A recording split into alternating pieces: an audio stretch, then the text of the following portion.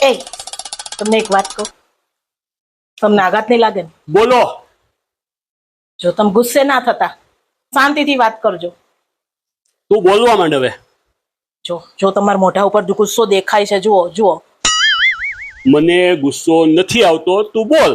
જો કીધું તું ને મેં તમને ગુસ્સો આવશે જ. આવ્યો, જો ગુસ્સો આવ્યો તમને. હવે બોલીશ કાંઈ? અચ્છા, થયા ને ગુસ્સે? થયા ને ગુસ્સે? જો તારે કઈ કેવું છે કે જાવ? શાંતિ રાખો. કાલે છે ને હું નવરાત્રીની ખરીદી કરવા ગઈ હતી ને, એક ચણિયાચોળી લેવા ગઈ હતી. મને 4 ચણિયાચોળી ગમી ગઈ અને મેં 10,000 ની ખરીદી કરી લીધી. અભી મજા આયેગા ના ભીડો. જો તમે ગુસ્સે થયા ને? અરે શું થયું તમને? શું થયું? કેમ? શું થયું? એ મને કાંઈ નથી થયું. તો આંખો કેમ બંધ કરી દીધી તમે? હું રાહતનો શ્વાસ લઉં છું, લેવા દઈશ? મેં તમને કીધું તું ને, તમને બહુ નહીં આઘાત લાગે. આ વખતે મેં એવું કંઈ જ નથી કર્યું. આભાર તમારો. તું જેટલા મોટા આઘાત આપસ ને એના પ્રમાણમાં આજે ઓછો આંચકો આવ્યો છે. કીધું તું ને. અને હવે હું આઘાત પ્રૂફ થઈ ગયો છું.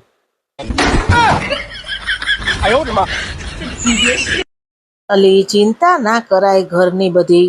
મન ભરીને શાંતિથી જીવી લેવાય. આખી જિંદગી ઉપાધિઓ કરીને મરી ના જવાય. ઘરની ઉપાધિઓ તો આખી જિંદગી હોય. ખોટી ચિંતાઓ કરવાની. હવે ચિંતા ના કરતી હો. મન ભરીને જીવજે. મન ભરીને તો મારે જીવવું છે, પણ તું જીવવા દે તો ને. આ હપ્તા ભરીને કોઈ દી ઊંચો જ ન આવ્યો, હપ્તામાં જ રહી ગયો. ખતમ. બાય બાય, ટાટા, હું તને પછી ગુડ ફોન બાય, કરું. ગયા. હા, થોડીક સર્વિસ કરવી છે. હા. मैं तुम्हें भूल जाऊं ये हो नहीं सकता, और तुम मुझे भूल जाओ ये मैं होने नहीं दूंगा.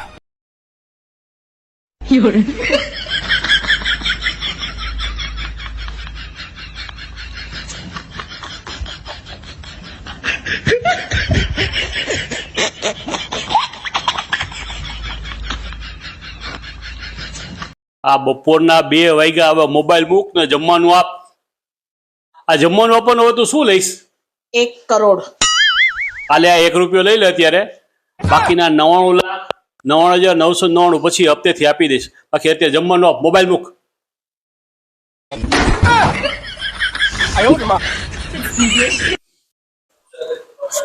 એ બોબી, અહીંયા આવ. અલી કાલે પાર્ટીમાં ગઈ ને, બહુ મજા આવી ગઈ. તું ન આવી? કાલે ઓલી સંગીતા આવી હતી. હા, ઓલી ચાલતી ફરતી એડવર્ટાઇઝમેન્ટ નથી એ, આમ કરતી હતી, આમ. મેં કીધું શું થયું બેન, હાથમાં મચકોડ આવી ગયો તને? મન કે ના. મેં કીધું શું થયું, કેમ આમ કરસ, કંફવા થયો? મન કે ના ભાઈ ના, આલી સમજ ને. મેં કીધું તો શું થયું? મન કે રાડો. મેં કીધું જો અમે છે ને બહુ શાંતિપ્રિય માણસ, અમને રાડો પાડે ને ના ગમે, તું શાંતિ રાખ. મેં કીધું બાપા. મને કે એ રાડો લીધી. મેં કીધું રૂપિયા ખર્ચીને ક્યાંય રાડો લેવાય? મન કે અલી રાડો કંપનીની ઘડિયાળ લીધી. ઓય રે, મેં કીધું એમ કે ને, અમને રાડો પાડે ને એવી ઘડિયાળ ગમે જ નહીં. મેં કીધું 2 વાગે 3 વાગે 4 વાગે રાડો પાડે. 2 વાગ્યા 3 વાગ્યા 4 વાગ્યા,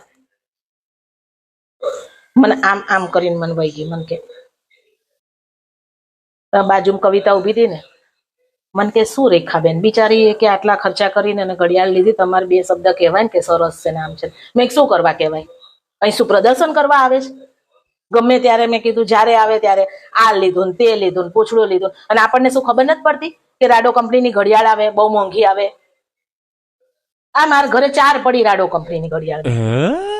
હું કોઈ દિવસ પહેરીને આવું છું? મને ગમે જ નહીં એવું બધું દેખાડા કરવા, તો મને જરાય ના ગમે. અને કોક કરે ને દેખાડાય તો મને હાવ ના ગમે. મેં કીધું મન કે એ વાત તો સાચી. મેં હાલ જમી આવી. બરોબર છે.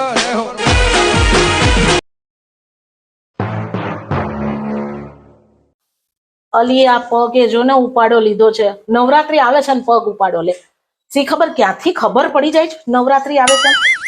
અલી મારે તો છે ને બોલાય નહીં અત્યારે, ઘરમાં તો જરાય ના બોલાય. અત્યારે તો ખાલી એને ખબર પડે ને કે મને પગમાં દુખે છે એટલે તરત એમ કે પાસ કેન્સલ કરી નાખું. મને તો ધબકારા વધવા માંડે, તને ખબર છે? એવા ધબકારા વધી જાય ને મારા કે આ હાચન પાસ કેન્સલ કરાઈ આવશે. અને તને ખબર છે મને નવરાત્રીમાં રમવું તો એટલું ગમે છે. અત્યારે તો દુખાવો સહન કરીને એ આવે ને ત્યારે મને દુખતું હોય ને તો આમ સીધી થઈ જાઉં. અને જેવા એ જાય ને ત્યાં પાછો પગ આમ એવો દુખાવો કઈ ઘરઘરાવ ઈલાજ હોય કે ને બહુ જ દુખે છે. એક આ નવરાત્રી નીકળી જાય ને શાંતિથી હું રમી લઉં નવરાત્રીમાં પછી જો પછી નવરાત્રી પતી જશે ને પછી નહીં ગયેલી પછી તો એમ કહું ને કે મને પગ બહુ જ દુખે છે. હા જાવ હજી રમવા જાવ નવરાત્રી રમવા એમ કરે. ઓલી પેન કિલર પડી ખાઈ લે આવું કરે. એટલે મારે અત્યારે તો કશું બોલાય એમ નથી. નવરાત્રી પતે ને દશેરાના બીજા દિવસે પગ પકડીને સુઈ જવું છે. એ દિવાળીનું કામ કરો તમારે જેને કરવું હોય ને એને કરો. કેમ કે પછી આપણે ક્યાં ચિંતા હોય. પછી છેક આવતી નવરાત્રી ને ત્યાં સુધીમાં તો બધું લડી લેશું આપણે. દિવાળી પતી જાય ને પછી રાજા. નવરાત્રીમાં ત્યાં સહન કરી લેવાય. અને નવરાત્રીમાં તો છે ને માં અંબા આપણને સહન કરવાની શક્તિ આપે. બાપ રે આજે તો બહુ મોડું થઈ ગયું. ઓલી છોકરાઓની પેરેન્ટ્સ મીટિંગ દર બીજે ત્રીજા દિવસે પેરેન્ટ્સ મીટિંગ. આજ તો જઈને હજળ બમ કરી આવી. બીજી વાર મને બોલાવશે જ નહીં હવે. અલી આપણા છોકરાઓ કેવા હોય આપણને ના ખબર હોય એની જાણ કરવા આપણને બોલાવે.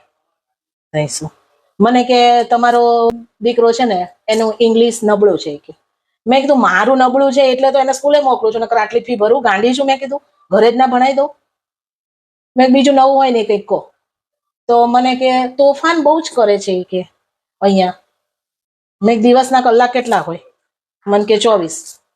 મેં કીધું 24 કલાકમાં 5 કલાક એ સ્કૂલે આવે છે અને 8 કલાક એ સૂઈ જાય છે. બાકી કેટલા રહ્યા 11 કલાક.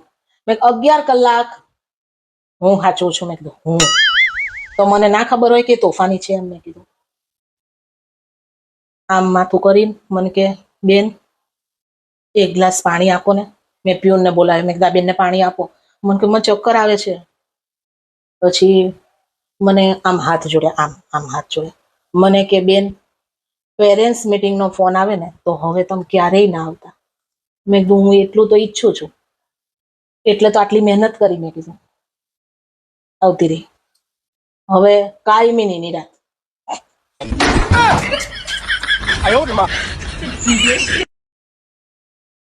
અલી જીજાજી આટલા સારા છે તોય કેમ તું આવું કરસ? આટલું બધું ખરાબ બોલે છે એમના વિશે. હા બહુ સારા તારા જીજાજી તો. ઓળખતી નથી તું એને.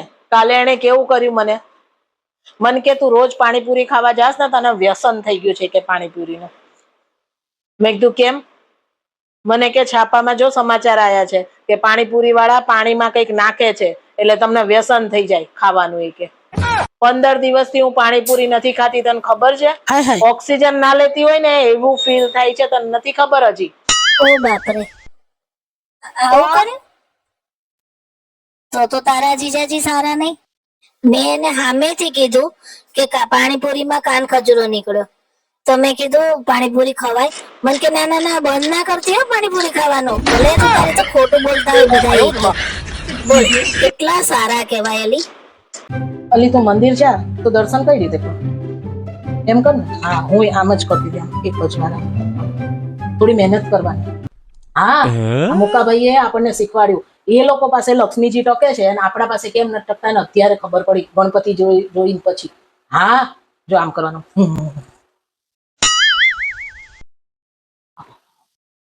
આવી રીતના કરવાના તો ફટાફટ લક્ષ્મીજી આવે આપણા ઘરે.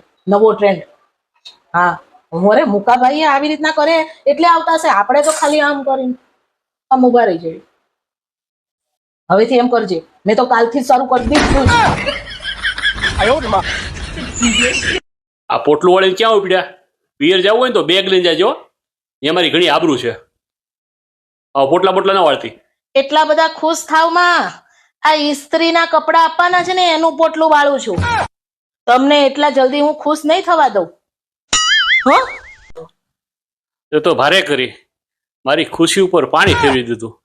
મને તો આ પોટલું જોઈને એમ લાગ્યું એકાદ મહિના માટે જાઉં છું.